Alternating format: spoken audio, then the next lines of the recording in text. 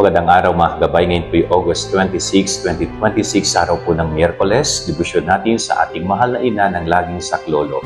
Ako po si Father Marvin at ang ating ebanghelyo ay hango sa ebanghelyo ni San Mateo, chapter 23, verse 27 to 32.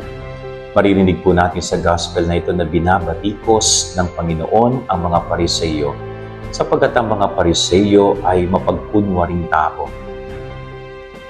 Ipinakikita nilang malinis ang kanilang panlabas sa pagkatao, subalit ang kanilang kalooban ay napakarumi.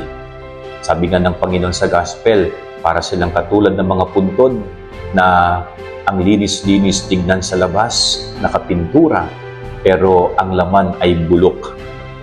Ito po'y napakagandang paalala din sa bawat isa sa atin, na sa harapan ng Diyos, hindi ho mahalaga kung marumi ang ating panlabas na pagkatao.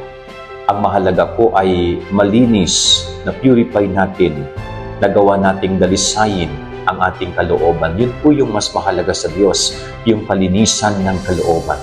Sapagkat kapag malinis ang kalooban, magiging malinis din ang panglabas na pagkatao at kaanyuan. So yun po yung pagsikapan natin palagi sa ating buhay. Huwag tayo mag-focus sa external, na mag-focus tayo sa internal. Yan ang ating gabay aral ngayong maghapon. God bless po sa inyo lahat. Pagpalain kayo ng Panginoon.